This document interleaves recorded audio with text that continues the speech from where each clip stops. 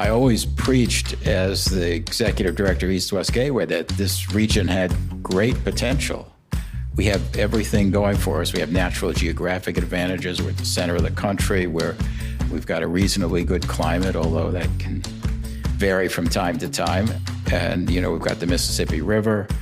We have so many natural advantages. And, St. Louis at one time used to be one of the handful of the largest cities in the country. And, we've got great communities. We've got every possible lifestyle here, urban, suburban, rural. And it was just frustrating to me how we couldn't take advantage of all of those opportunities that we had. This is Country Club Conversations. I'm Raj Tut, founder and CEO of Storyboard Living. This show gives you actionable insights from the hard-to-reach top percentile in business and entrepreneurship. I think everyone deserves this type of access, and I'm bringing it to you. Welcome to the club. Les, thank you for being on the show. My pleasure. Thanks for inviting me. I do appreciate your time. So you are the chair of citizens for Greater Downtown St. Louis. Prior to that role, you were in the public sector for a number of years, 25 plus years. You were responsible for a number of transformational projects in the St. Louis region. Do you mind just giving me a brief overview, giving the listeners a brief overview of your professional background prior to your current retirement role? Yeah, I've got degrees in civil engineering and in urban environmental studies, and primarily worked in transportation planning and engineering most of my career. We moved here in 1978 to work at the East West Gateway Council of Governments, which is basically a coordinating entity for all the local governments in the metropolitan area. So we dealt with problems that cross jurisdictional boundaries, like, transportation and, some economic and other issues. And so a few years after we moved here, I became executive director and remained as executive director for about 25 years. We planned and designed the MetroLink project, for example. That was something particularly proud of. And then I retired a number of years ago. My, quote, retirement job was rebuilding the levee system along the Mississippi and in southwestern Illinois. Did that for several years as basically the sole employee of the operation. We did, in fact, rebuild the levee system for a very reasonable cost, passed the tax in 3 counties, Madison, St. Clair, and Monroe. And it was really an example of a great cooperative effort, the kind that we don't normally see here in St. Louis, and, protected all of those communities on the American bottoms from flooding. So we didn't have a disaster like Katrina. So that's been terrific. And of course, since then, I've been retired, mainly volunteer activities like trying to turn around downtown St. Louis. Being an outsider like yourself, I just think St. Louis has a ton of potential as a region. And a part of that is really the underutilized infrastructure. So when you say that you were instrumental in conceiving of the idea for MetroLink, I'd be curious to kind of hear about what the region looked like at that time and what the thought process was behind the MetroLink. Did you think that St. Louis was poised for a ton of growth at the time, or what were the thoughts like? Well, St. Louis had been toying with building a rail transit system for many, many years. We kind of missed our primary opportunity back in the late 60s, early 70s, when other cities like Atlanta and Washington, D.C. and others were building so-called heavy rail systems throughout their regions. And it led to great success and growth in those communities. St. Louis, as you know, as someone who's lived here for a while, is kind of our own worst enemy sometimes. So there were a number of plans that were drafted and ultimately not accomplished. And then a variety of folks got together and hit on an idea to use some of the existing rail lines that we have in St. Louis that were either underutilized, lightly utilized, and we could actually build a light rail system at a very low cost, which we did. It was a great accomplishment. People from all around the country came here to look at how we did it, ultimately extended the route into Illinois. After it left East-West Gateway, there were some very questionable decisions made that people may remember about the so-called cross-county alignment. It was costly. There were cost overruns. There were lawsuits. And that really cost the region's ability to expand the system into a whole network, which is what we originally conceived. In fact, when we built MetroLink, this was really just supposed to be this kind of the down payment on a whole system. And again, St. Louis being its own worst enemy, we've kind of messed up what we had, which is really just another lost opportunity. I always preached as the executive director of East-West Gateway that this region had great potential. We have everything going for us. We have natural geographic advantages. We're at the center of the country where we've got a reasonably good climate, although that can vary from time to time. And, we've got the Mississippi River. We have so many natural advantages. And, St. Louis at one time used to be one of the handful of the largest cities in the country. And, we've got great communities. We've got every possible lifestyle here, urban, suburban, rural. And it was just frustrating to me how we couldn't take advantage of all of those opportunities that we had. We're a very insular community. You've heard about the famous question, where did you go to high school? We're not welcoming to outsiders for the most part. And so I think St. Louis has some real struggles to succeed. One of the things we did at East-West Gateway is we published a report every 3 years called Where We Stand. And it compared St. Louis to metropolitan areas throughout the country on probably 65 different measures. And St. Louis consistently came out kind of on the bottom of the list in just about every ranking, growth, economics, a whole series of things. And that should have been a wake-up call to people. But, for the most part, it isn't. A lot has to do with our sort of geopolitical makeup. We're in 2 states. We're urban, suburban, rural. We're Republican, Democrat. We're in 2 federal regions. It really kind of holds us back. That was kind of my experience over the years. Illinois, people don't realize, I live downtown. The time to get here to your office in Fairview Heights is basically the same as it is to get to Clayton. And yet the development tends to move west. I always used to talk about how the Illinois part of our region was our greatest untapped economic asset. Again, we don't take advantage of it primarily because of those divisions that we have here in St. Louis, in this case, 2 states. Great communities here in Illinois, really poised for growth. But, again, we're moving farther and farther to the west, away from the arch all the time. So, yeah, that's my lecture on St. Louis. I do think parts of Illinois should look similar to parts of St. Charles County. So O'Fallon, Shiloh, Edwardsville, Glen Carbon. I see no reason why there shouldn't be more growth here, further development. Do you think the MetroLink expansion to Mid-America Airport is a sign of things to come? I don't know. Part of the problem with MetroLink is it's really not a network. It's really a couple of different routes. I think people over here have been very smart about how they pursued the expansion of MetroLink.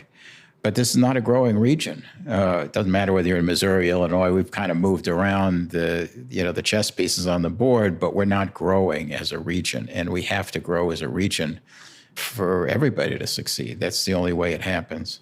So that lack of growth, I think, is something that we need to be concerned about. And do you think that lack of growth over the last however many decades is something that's going to continue unless we make a drastic change? Or do you see glimmers of hope? I'd always like to think there's hope, but, those bad habits that got us into this situation don't seem to be changing. So there will be pockets of prosperity, but as a region, it's hard to see how we're going to grow given the way we are. We've got to do something to overcome these geopolitical divisions that we have.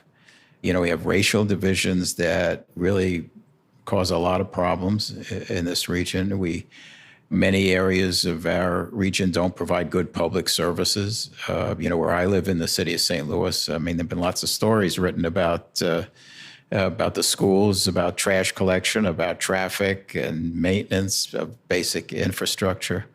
One of the things that we always preached, you hear about economic development. Everybody's got an economic development office in their and professionals in their governments, and mainly that's for dispensing subsidies to developers. The places that we studied that created long-term growth did so by creating the conditions that you need for growth, which is good public services, good infrastructure, public safety. If you do those things well, the growth will happen. And, some places in St. Louis do it well and some places don't. If I'm understanding correctly, you've been ringing the alarm bell about downtown St. Louis or the current state of downtown St. Louis because you really feel like downtown is the core piece that needs to be, quote, solved in order to move the whole region forward. Would that be accurate?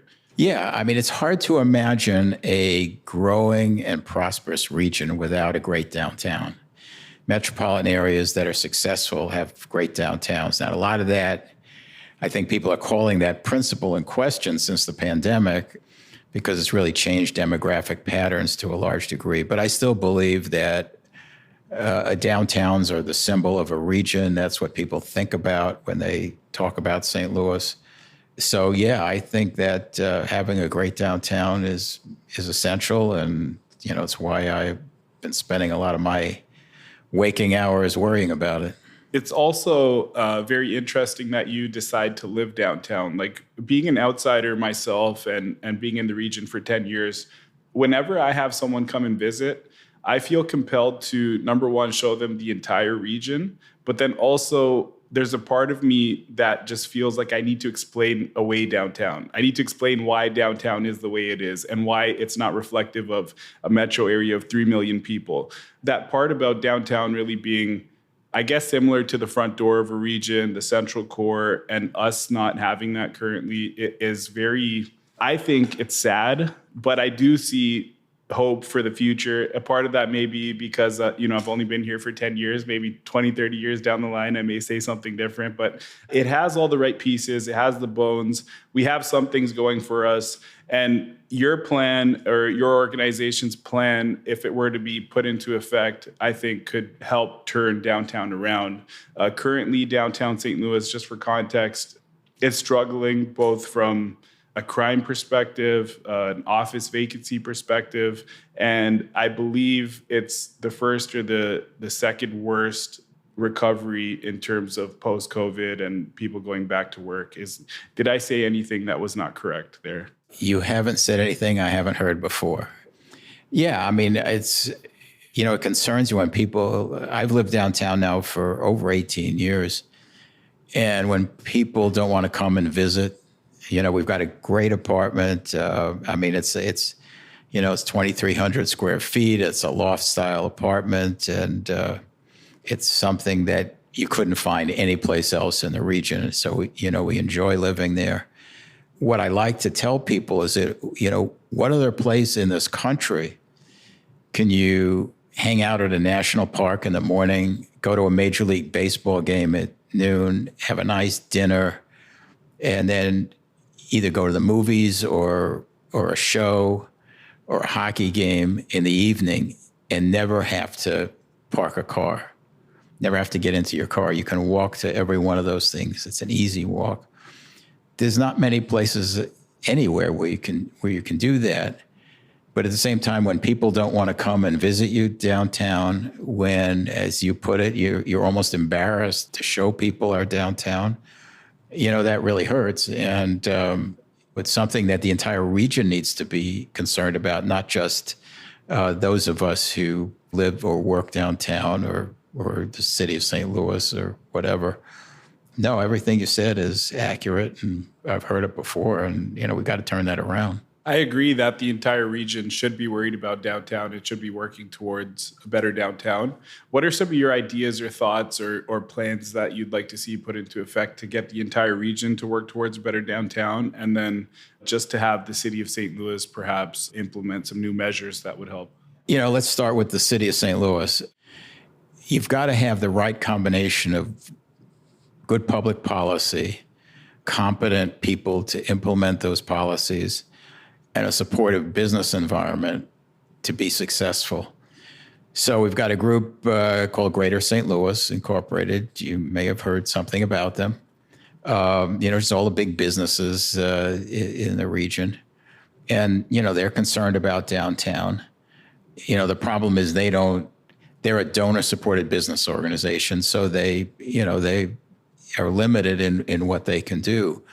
The city of St. Louis, unfortunately, the current administration, I don't think I'm saying anything that they haven't said themselves. Downtown just isn't that big a priority.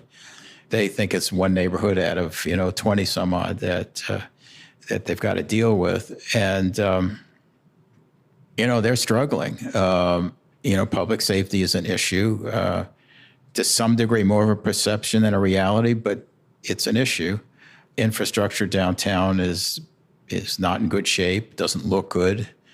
There's so many problem properties. Landlords are not managing, present company accepted, their properties very well, and it creates problems. So we've proposed what we've called a 5-point safety plan that deals with problem properties. It deals with traffic lawlessness, liquor licensing, homeless, those kinds of things that really wouldn't be that hard to implement, but you've got to have a comprehensive approach to dealing with safety. That we produced that plan a couple of years ago, along with a couple of other organizations, including the Neighborhood Association and a business organization. And the city has been indifferent. They just haven't responded at all. We've produced reports on the lack of police presence. And I think somebody in City Hall heard that, and we've had a little better police presence this summer. It wouldn't be that hard to fix downtown. It wouldn't be that hard at all. But it requires cooperation. It requires cooperation among landlords, the business community, city government. And I think if you got everybody in a room and you talked about the things that are necessary to turn downtown around, I just don't think it's that hard. It just takes people who are committed and passionate about the task. Our group is, I hate to even characterize it a group. It's more like a network. We're just volunteers. We're eyes and ears. The folks that are involved in this network, they take videos that end up on the news of things that happen. We don't like to talk about the problems downtown because to some degree, it makes things worse. But we found that's the only way we can get the attention on the problems. And to some degree, we've been successful, but not successful enough, obviously. The Board of Aldermen, obviously, the intention at this point is on things like a homeless Bill of Rights and a renter's Bill of Rights and issues which, may be important, but are not really at the core of what we need to create a better city or a better downtown. So it's just an ongoing, you got to put all these pieces together, and you got to have people sitting together, and you have to be able to listen to people who disagree with you sometimes. And this administration doesn't seem to be willing to do that. I shouldn't say the last administration wasn't willing to do it either. So, it's really just unfortunate and hard to understand. If the city hired you as a consultant and said you have free reign to do whatever you want downtown, what do you think you would try to do in the first 30, 60, 90 days? And not to put you on the spot, but just maybe some general things you would try to implement right away. I would do exactly what I just described. I would bring together all the people that have some responsibility in dealing with downtown, the business community, the mayor's office, the Board of Aldermen, landlords. Landlords are really the key. I can see that being a resident downtown. Landlords determine who's going to live in their properties, how it's going to be managed, whether they're going to deal with problems effectively. They create value. So property owners, landlords, owners of commercial properties, I would bring everybody together. And I think you can brainstorm fixes to problems. The other thing you have to do is hold people accountable for doing their job. people like the liquor commissioner, the excise commissioner, the building commissioner, the cops. I mean, they all have essential jobs to do that contribute to the quality of life. And you got to hold people accountable for doing those jobs. And too often we haven't seen that. Is there any city in America that you would point to and say St. Louis should try to model that city or the way that city turned around their urban core? I don't think you have to look very far. I mean, you've got Kansas City, who's doing a lot better than we are. Nashville, we spent a lot of time in Nashville because we enjoy the music there. I mean, that city is just exploding with growth. It's similar to St. Louis. It's a blue city in a very red state. They've got some of the similar issues to overcome. They have a more regional approach to things. They have very supportive business climate, and they're doing great. We were just in Indianapolis last week. They're doing well. I think there's lots of cities that are doing better than we are that don't have some of the same advantages that we do. So, yeah, I think you can learn something. But at the same time, St. Louis, every city is different. And you've got to develop solutions that address the problems that you have that are, uniquely St. Louis. You mentioned the benefits of kind of being a little more pro-business for a city administration. In a previous interview, you had a discussion regarding liquor licenses. I think there were some complaints about the length of time it takes to obtain one in the city of St. Louis. So how would you try to balance being pro-business and wanting businesses to move into the city with not losing the types of regulations that help protect residents from bad actors or inexperienced actors? Yeah, and I wouldn't say I'm pro-business per se. I'm pro-quality of life. And we have been very supportive of the current liquor licensing process. It can be challenging for an applicant, but it should be. Liquor licensees, when when there are problems, they create havoc in neighborhoods. We've seen that.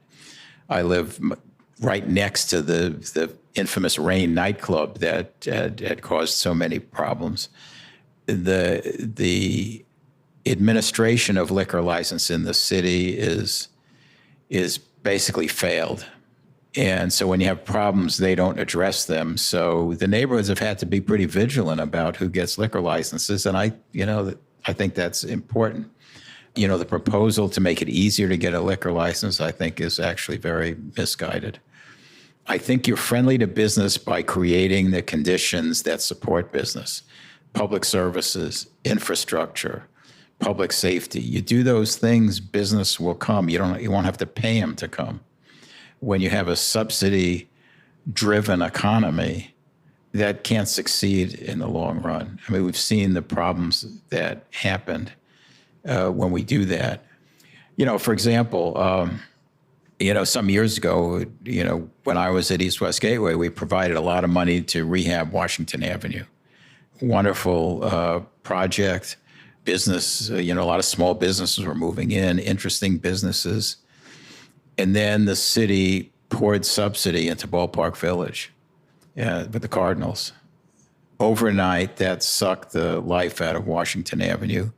Plus the fact that the city, after building the project, didn't provide any funds for maintenance. So, Washington Avenue now is a shadow of its former self. We basically squandered that investment that we made. So, I think you have to have consistent policies. You have to think about what's important for business, not just throwing money at subsidies. There have been proposals now where people have talked about the 4 largest vacant buildings downtown, the AT&T Tower and the old Macy's Railway Exchange building and a couple of others that, the business groups are trying to put together funding to rehab those buildings. But we've emphasized that without demand, without creating those great conditions for growth, it doesn't make sense to throw money at these buildings. We ought to focus on what we've got, get our house in order, and then the development will come. I agree with you there. I think a lot of emphasis is put on these development islands, and people like to hope and think the next major project or mega project is going to save the region or save downtown, and that doesn't quite materialize. You've mentioned Ballpark Village. There's a few others, even in downtown West, for example. I don't know the people involved with the Butler Brothers building, but that was another major project that was going to transform downtown West, and it's its own island. And downtown West does have more momentum than downtown, but it's the same thing over and over. I've heard from some people, I wasn't around long enough to know this, but I've heard from some people that the landing, for example, the Cleves landing, has gone up and down like maybe 4 or 5 times over the last few decades. And now again, Advantis is trying to turn it around, and I think they're doing a phenomenal job, but they're also facing issues with the city not helping them out when they need it. So the AT&T building, that's, I would say, the one that's mentioned the most, along with Railway Exchange.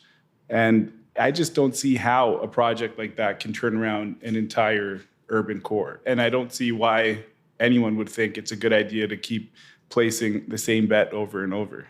No, I'm totally in agreement with you. We've preached the same thing.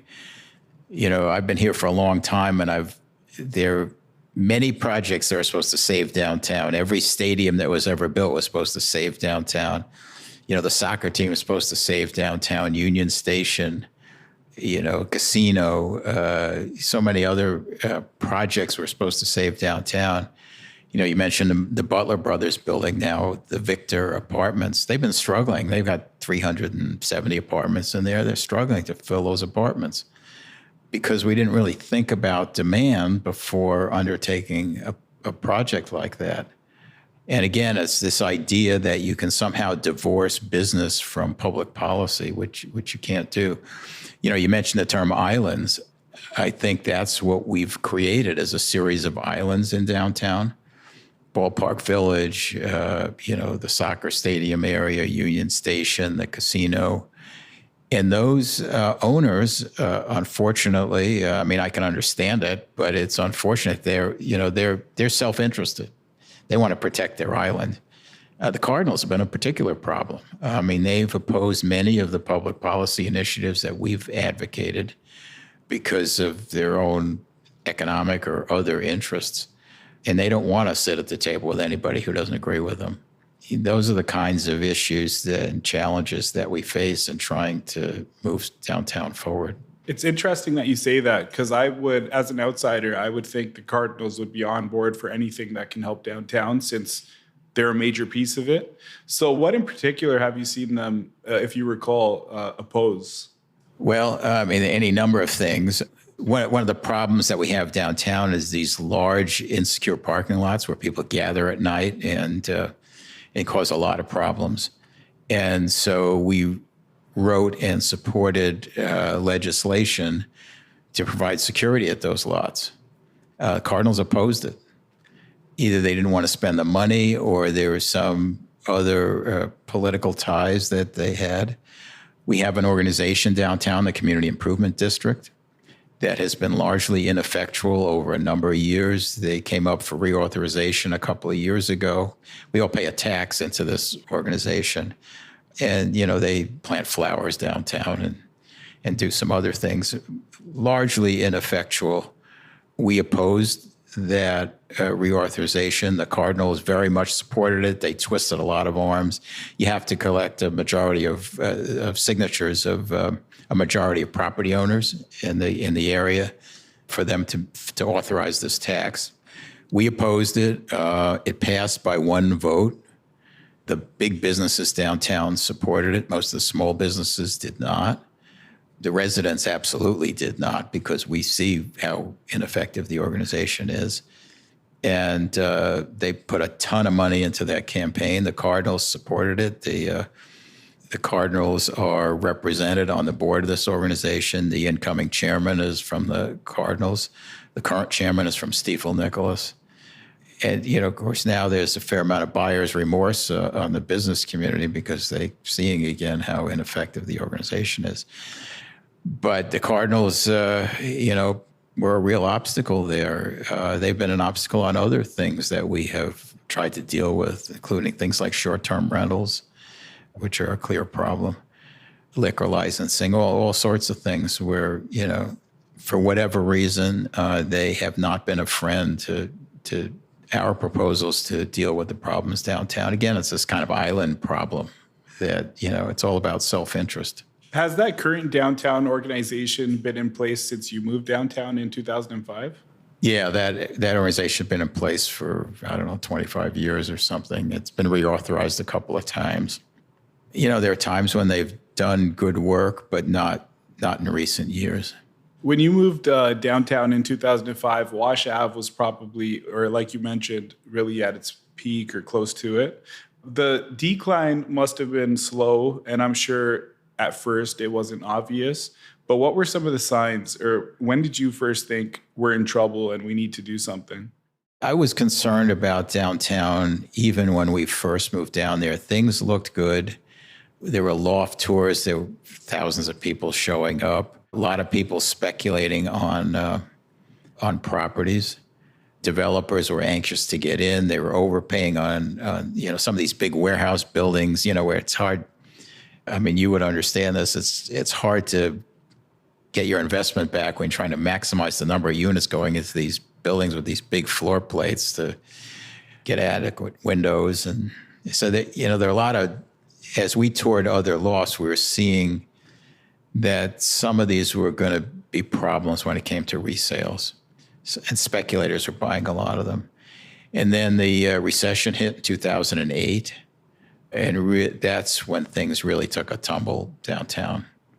To this day, we haven't recovered from that recession. And I think that was sort of the precipitating event that really highlighted the potential issues downtown. And of course, the pandemic was really an awful experience downtown because desperate landlords were renting to people they shouldn't have. The cops essentially withdrew from downtown. Traffic lawlessness was rampant, still is to some degree. And so it was a recession and then amplified by the pandemic. And to a large degree, we haven't recovered. And do you stay downtown, aside from the walkability, because you feel like you have a sense of responsibility to aid in the turnaround? Yeah, I mean, it's a discussion we have, my wife and I have almost every day about how long we're going to stick it out. She'd like to move to Clayton. I mean, we're not young anymore. I mean, we're in our 70s. So the question is whether, we'll live long enough to see that turnaround. But, I think to some degree we're energized by the efforts to try to fix things. Nobody likes people that just complain and don't contribute to solving problems. And I'd like to think we're doing that. At some point, we hope that we can get a supportive administration and others that will join with us. Because as I said earlier, I don't think it's that hard to turn this downtown around. What role do you think Great Rivers Greenway plays in the turnaround of downtown in terms of, I know there's plans for additional connectivity, bike paths, walking paths, things like that. Do you think that is a piece that can help tie together some of these islands that we're talking about? Yeah, to some degree, I think it's a minor piece. I mean, I think they do great work and I love what they've done. I wouldn't want to demean any of that. I just don't think you got to deal with fundamentals. I mean, you're in the development business. You understand what it's like to deal with the details and the fundamentals, the things that make a place attractive to live. I think those are the things that are important. Obviously, public safety is very high on the list, but just so many other public services that are important. And then, you add the kind of amenities like Great Rivers Greenway provides and, our sports teams provide and the shows at Stiefel or the Dome. I mean, all of those things ultimately will attract people if you've got the underlying conditions. You can't have people afraid to come downtown. If people are afraid to come downtown, none of the other stuff matters. And that's kind of what we're dealing with. Coming from New York, I'm sure you're very familiar with what a true walkable urban core should look like or can look like. Was there ever a time since you've been in St. Louis, I think you said since 1978, where you felt like St. Louis was on that path to having that real urban core? Oh, absolutely. That's why we moved downtown in 2005. I mean, we're city people. I grew up in New York, lived for a while in Manhattan, got rid of our car. So we understood, we used transit every day, public transit.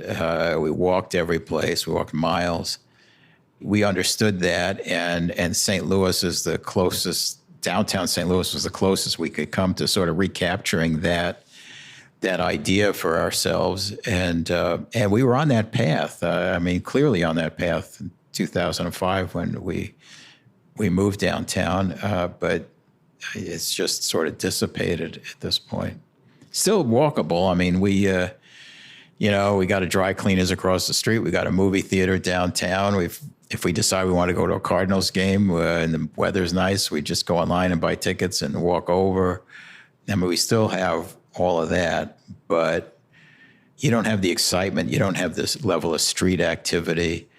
Walking around Manhattan, I mean, the sidewalks are just jammed with people. I mean, it's clearly pedestrians take precedence over the automobile. That is not the case in downtown or any place in St. Louis, for that matter. It's funny you mentioned that coming from a larger metro area, the Greater Toronto area, over there, it's not expected that you go downtown and you can park in front of the building you're going to. But I feel like that's kind of the culture here. And I'm not knocking it. I can understand why that's the sentiment. But I feel like the expectation here is you should be able to go downtown and park right in front of the building you're going to. Yeah, it's funny you should mention that. We were talking this morning about, there was a big Metallica concert downtown Friday and then again Sunday. And people were caught in these huge traffic jams. It's as if they were trying to drive, that the Dome was a suburban stadium surrounded by parking lots. And they could have parked a few blocks away and walked to the stadium in 5 minutes. But they just kept trying to force their way down right next to the stadium. And but what you say is absolutely true. I mean, if people can't park next to where they work or where they live, they're very unhappy. I see MetroLink getting used on Cardinals game days to what its, I think, potential can be. You have 50,000 people visiting downtown whenever there's a game. Do you think that we'll ever see that type of activity on a regular basis in downtown in the next, let's call it a decade? I'm sure if we were to think 20, 30 years down the road, anything can happen. But do you think it's possible for that type of activity? Or the Metallica concert, for example, that's another good one as well. Yeah, I'd like to think it's possible. I think we certainly have that potential. I think the problem right now is whether it's the Metallica concert or a baseball game or a soccer game. Folks drive in from the suburbs and immediately flee after the event. And part of it is, we don't have enough restaurants anymore. So many of them went out of business during the pandemic. People get frustrated with it. They can't hang around downtown and eat in a restaurant, and we just can't handle the crowds like we used to. So yeah, I think there's a lot of pieces that have to fall into place before we are able to reach that kind of urban environment that we're all seeking. What's your favorite thing about St. Louis? I'm hoping to have a little positivity in here too. There's a lot to be negative about, without a doubt, but there are some things that St. Louis has going for it. So what's your favorite thing about the city and the region? Just sort of the ease of getting around and being able, I grew up in New York City. We usually went to one baseball game a year because it was such a hassle to get to the game. Usually took public transit. It was an hour and a half to get there, an hour and a half getting home. Here you can just walk right up to the stadium, at least from our place, or even if you're driving in. Our daughter lives in the Boston area, very prosperous area that's growing like crazy. You can't get around. They have an extensive public transit system that's not well maintained. But, we had to pick our grandson up at school. which was about 6 miles away. It took 45 minutes to get there. St. Louis is just so easy to navigate. It's too easy, really, in certain respects. It's an easy place to live. We did when we moved here in 1978. We didn't intend to stay here in St. Louis, but it was just an easy place to live, and it still is. I mean, we just have to overcome some of our issues. I agree. The ease of transportation or getting around is a huge plus here. Like the way I think about it is when you're in a bigger city, you may have all the world-class amenities that you want around you, but you can't truly use them because you're stuck in traffic, you're stuck in lines, and then your cost of living is so high you may not be able to afford a lot of those amenities. Whereas here in St. Louis, we have all the amenities one can want, and you can use them because we have the low cost of living, the ease of getting around, and then for the most part, you're not stuck in lines, I guess, unless you're trying to park in front of the Dome to go to a Metallica concert. Yeah, I mean, growing up in New York, we probably went to the Bronx Zoo, which is the big zoo in New York, maybe once every 5 years. Here, zoo is free. If it's a nice day, we just drive over and go to the zoo. I mean, we can go 15 times a year. We go to the Botanical Garden, world-class facility. The Muni, again, a world-class venue. All of that is accessible to us. So that, it's really a great thing. And the cost of living, of course, is relatively low here. Again, all these advantages. And so what's wrong? Why can't we grow as a region having all these wonderful advantages? I think that's the question that ought to be in front of people. I've heard at some point that the Central West End was not as desirable as it is today. Was that in the 70s, 80s, or was that prior to your time in St. Louis? The Central West End has had some ups and downs over the years. When we moved here in the 70s, it was doing well, and then they went through a period of time when they weren't doing well. And of course, lately, there's been a lot of growth in the Central West End, a lot of new apartments being built. I mean, they've got some issues similar to downtown, with public safety and other issues. But yeah, they're kind of on the upswing at the moment. There's a lot of great neighborhoods in the city. I mean, the Grove is great, Benton Park. So many neighborhoods have the capacity to grow and to be really interesting and desirable places to live. It's hard for people with families to live there because the school system is not what they want for their kids. But, again, lots of opportunities even in the city. The school system is, of course, a larger issue and one that I'm sure would be very difficult to try and solve for or to improve. Do you have any thoughts there in terms of how the schools can be improved, or is that something that you're not focused on or don't spend a lot of time thinking about? Yeah, my wife was an educator, so I have, some insight into those issues. It's tough. People put a lot of burden on the school system itself, but it's hard to separate the school system from the families that they serve. And, families that are low income, that they move around a lot, where parents are working 2 jobs, maybe single parents. We know from raising our own children and grandchildren that most of the education occurs in the home, and it's hard to put all that responsibility on the school. So I don't have any insight into how to turn that around. I mean, it's a sort of a bigger societal issue, I think, than some people want to acknowledge. Sure. Yeah, that makes a lot of sense. Earlier in our conversation, you mentioned the levee project that you worked on kind of in the tail end of your career, or perhaps post-retirement, I think it was. Can you expand on that project? It sounds like that was one of the projects that you were very proud of and happy to have worked on. Yeah, we actually started working on that project when I was at East West Gateway.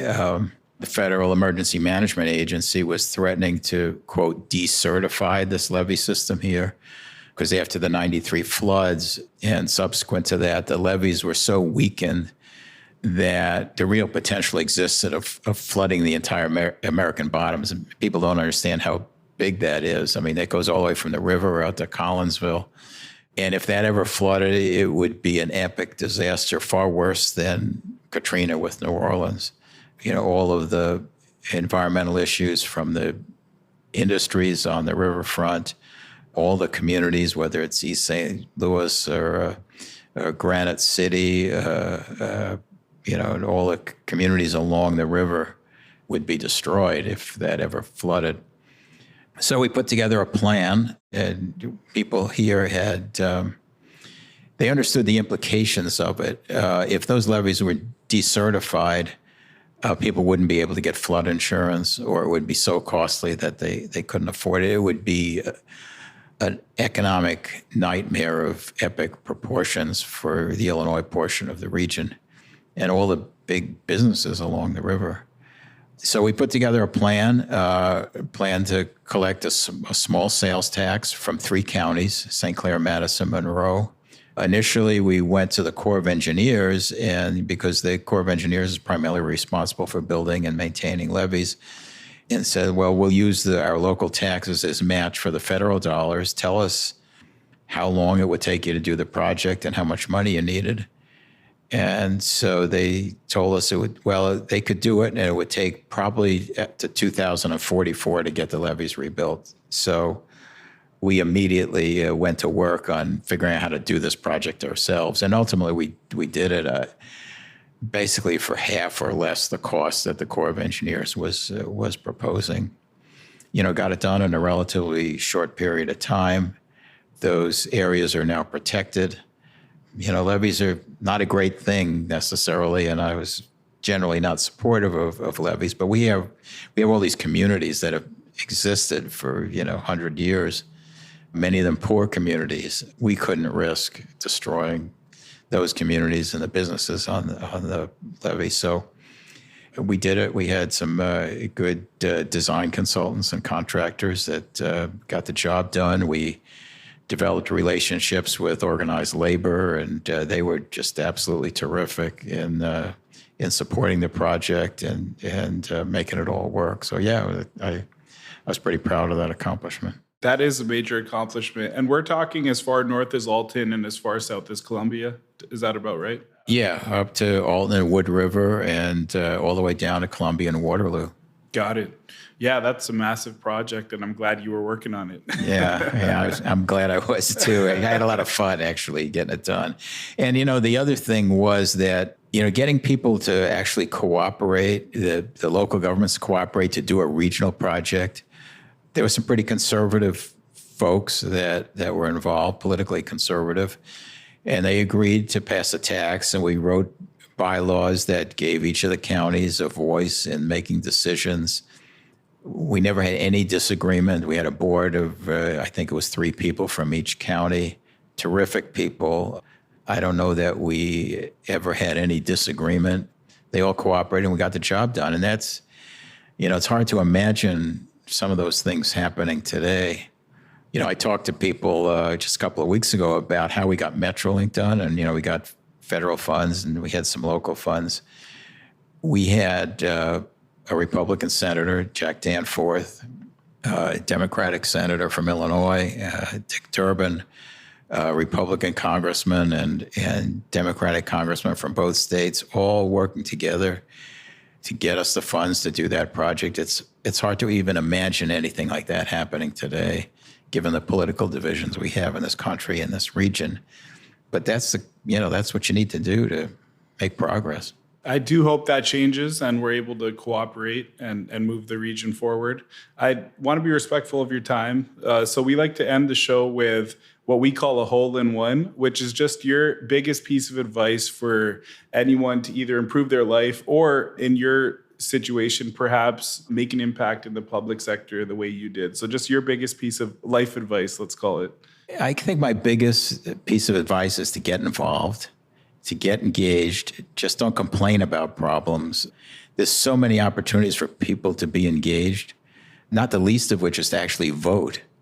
We talk to so many people downtown, young people that aren't registered to vote, that don't even know who's up for election, whether it's your neighborhood organization or going to a public hearing. Just get involved and, let people know what you think and what you care about. And if you have time, roll up your sleeves and pitch in. But I'm a geezer at this point. But I worry about young people. Not, I'm a child of the '60s, and we got involved then. I'm worried about young people who just don't engage. I know there's a lot of things going on in their lives, but we're not going to change the world if you don't engage. To be honest with you, I think I could use that advice and be more engaged as well. So I do appreciate you sharing. How can people learn more about you or learn more about Citizens for a Greater Downtown St. Louis? We have a website, citizensforgreaterdowntown.org, I think is the website address. I'll put the link in the description. Okay, that'd be great. And, we're on Twitter a lot. I think we probably communicate a lot on Twitter. And I don't remember the handle, but I'll put that in there as well. You can figure that out. And, we really appreciate people getting in touch with us. We're very informal. I say we're more of a network than a group, and we're always anxious for people that care to join that network. So, yeah, feel free to reach out with me. My information is in there, and we've got all our reports that are published online. And, I'd love to hear from people. Thank you for your time, Les. Really appreciate it. Thanks for the opportunity to be here.